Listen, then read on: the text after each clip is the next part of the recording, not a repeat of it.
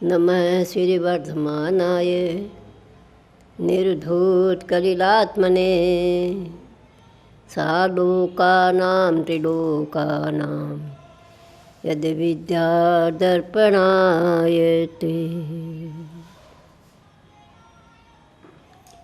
प्रिय देवादिदेव श्री चंद्र प्रभु भगवान की जय।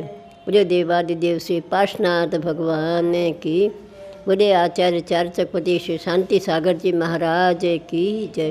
बोले आचार्य रत्न 108 श्री अजित सागर जी महाराज की, गुरुवर आचार्य कल्प 108 श्री सन्मति सागर जी महाराज की, बोले जैन धर्म की जय।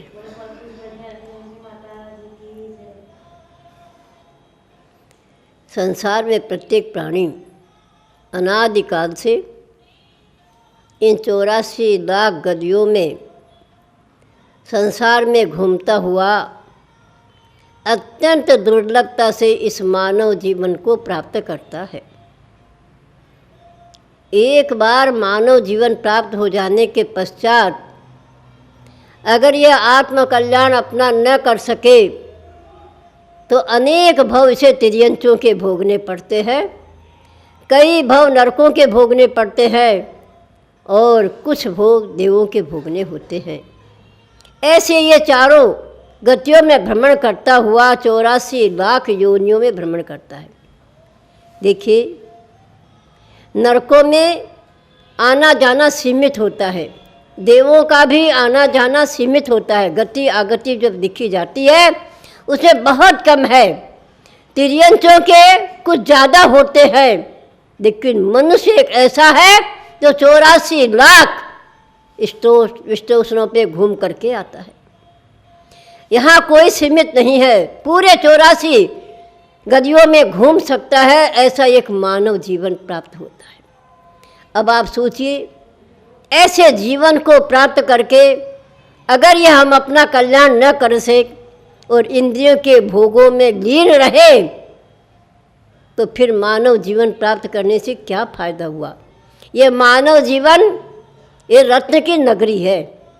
रत्न द्वीप में आने के पश्चात खूब कमाया, खूब खाया, खूब सब कुछ भोगों को भोगा और यहाँ से जब जाने लगे तो अगर रत्न खरीद करके नहीं गए तो फिर इस रत्न द्वीप में आने से भोगों को भोगा, जमीन को भार दिया और क्या किया, कुछ नहीं किया, आए और चले गए। सोचिए, मानव जीवन के अंदर ये भोग ही अगर संसार के कारण होते और भोग ही अगर ये संसार में भ्रमण कराने वाला होता है तो फिर इसे हमें विचार करना पड़ेगा कि किसी प्रकार से हम उस धर्म को धारण करें जिसके द्वारा इन भोगों से हम निर्वृत्त हो जाएं।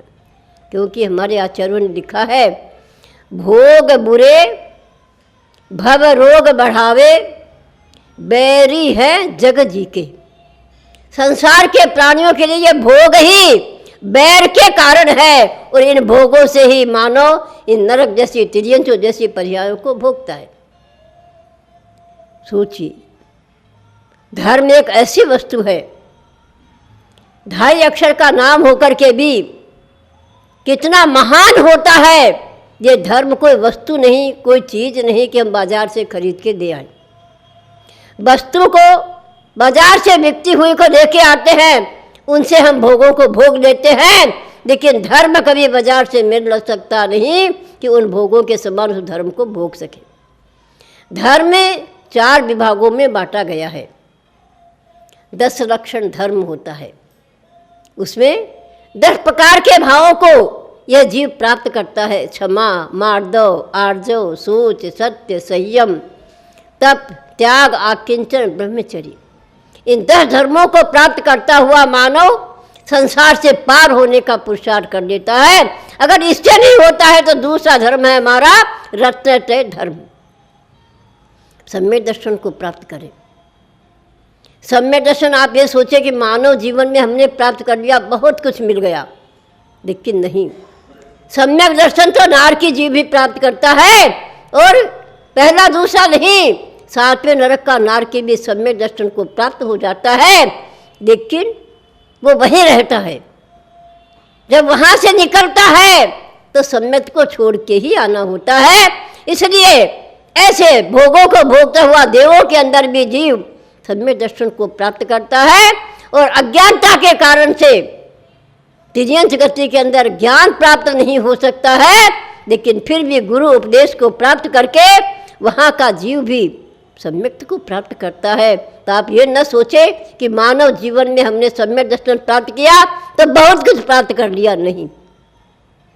मानव जीवन तो सम्यक दर्शन से नहीं, चारित्र से पुण्यवान होता है और चारित्र से ही इसका सब कुछ कल्याण होता है। बिना चारित्र के कभी भी मोक्ष हो सकता नहीं है। न सम्यक दर्शन से मोक्ष होता है, न सम्यक ज्ञान से मोक्ष होता है, न अकेला सम्यक चारित्र से मोक्ष होता है। इन तीनों की एकता होने के बाद ही हम उस सम्यक दर्शन को प्राप्त करके चारित्र की आराधना करें और तीनों को एक बना करके हम उन कर्मों को नष्ट कर करके मोक्ष जा सकते हैं। ऐसा हमारा एक रत्नत्रय धर्म होता है। तीसरा धर्म हमारा दया धर्म होता है। प्रत्येक प्राणी पर दया करो। दया का दूसरा अर्थ होता है याद। उसको याद रखो तो प्रत्येक प्राणी के लिए मेरा धर्म है दया पालन करना, चाहे वो एक इंद्रिय भी क्यों न हो। परंतु हम लोग क्या करते हैं, चलते फिरते बगीचों में घूमते हैं, कभी पत्ती तोड़ देते हैं, कभी फूल तोड़ देते हैं। सोचिए आप, जिस प्रकार एक इंद्रिय जीव भी एक फूल को तोड़ोगे, एक पत्ती को तोड़ोगे तो भी महान पाप लगता है, उसका सारा शरीर कांप जाता है। जिस प्रकार किसी मानव ने हमारे एक थप्पड़ मारता है तो हमारा शरीर क्या होता है, कांप जाता है, दुखी हो जाता है। इसी प्रकार से अगर हमारा एक नाखून कच्चा कट जाता है तो आप सोचिए कितनी वेदना होती है। उसी प्रकार से कच्चे फूल को तोड़ने से भी उतना ही उसको वेदना होता है जितना आपका कच्चा नाखून कटता है। ऐसे हम इंद्रियों के विषयों में लीन होकर के हम ऐसे एक इंद्रिय को सताते हैं, 2 इंद्रिय, 3 इंद्रिय, 4 इंद्रिय। आप सोचिए कितने दुखी हैं, मारे जाते हैं, पेले जाते हैं, दबाए जाते हैं, हाथ नाक कान पैर उसके टूट जाते हैं। सोचिए कितना वेदना है उसको, लेकिन हम उनकी वेदना को नहीं समझते, हम हमारी वेदनाओं को समझते रहते हैं कि हमारी वेदना कैसे पूरी हो। सर्दी के समय गीजर खोल के मानो ना स्नान करने बैठता है, सोचिए उसमें पानी कहाँ से आया है, उस टंकी का पानी कितने जीवों का घात हो रहा है। टंकी कब से आपने भरी है, क्या उसको छान के दिया आपने? एक इंद्रिय तो है ही है, लेकिन सोचिए 10 जीव कितने होंगे उसके अंदर, कितने जीवों का घात होकर के वो गर्म पानी होकर के आता है और हम कितने आनंद से स्नान करते हैं कि बहुत अच्छा गर्म पानी है, हमने खूब नहाया साबुन तेल लगा करके, और वो पानी नालियों में जाता है, कितने जीवों की हिंसा होती है आप सोचिए। लेकिन उनको दया से पालन करो। धर्म हमारा दया है कि कितना हम किस जीवों से बच सकते हैं, कितने उन जीवों को हम मारने से बच सकते हैं। ऐसी हमारी भावना जब हमारे अंदर होगी, हमारे तीर्थंकर के शरीर में क्या होता है, सफ़ेद खून होता है। हमारा लाल क्यों होता है, तीर्थंकर के तो सफ़ेद खून होता है, लेकिन हमारे लाल क्यों होता है? हमारा लाल होता है कसायों के कारणों से। जितनी हमारी कसाई होती है उतना हमारा शरीर कांपता रहता है और मान से शरीर को अकड़ता रहता है। मायाचार्य से हमारी भावनाएं अलग होती चली जाती है और लोभ से हमारे परिग्रह का प्रमाण भी नहीं रख पाते हैं। इसके कारण से हमारा खून तपता हुआ लाल होता है, लेकिन तीर्थंकरों का खून सफ़ेद होता है। क्यों होता है? कि उनके दया कूट कूट करके उनके शरीर में भरी हुई होती है। उस दया के कारण से, प्रेम के कारण से, वात्सल्य के कारण से उनका शरीर का खून सफ़ेद होता चला जाता है। जब तक बच्चे का वात्सल्य हमारे में नहीं आएगा, बच्चे का प्रेम हमारे अंदर नहीं आएगा, तब तक माता के कभी भी दूध आ सकता नहीं है। माता का दूध प्रेम से आता है, वात्सल्य से आता है। इसलिए हमारे तीर्थंकरों के अंदर कूट कूट कर दया भरी हुई होती है। ऐसे दया धर्म का पालन करो।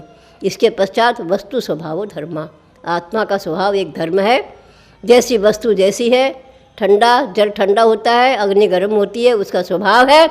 इसी प्रकार हमारा आत्मा का स्वभाव भी ध्यान दर्शन है। उस ज्ञाता दृष्टा में रमे रहो, उसी से जीवन का कल्याण होगा। इसके लिए अपने आत्मा का कल्याण करने के लिए हमें इस संसार से 84 लाख गलियों से निकल करके अपने जीवन को सार्थक बनाना है। इसलिए सभी को लिए मेरा बहुत बहुत मंगल आशीर्वाद है। इस प्रकार धर्म का पालन करते हुए अपने जीवन को सार्थक बनाएं। मेरे चंदा प्रभु भगवान की जय।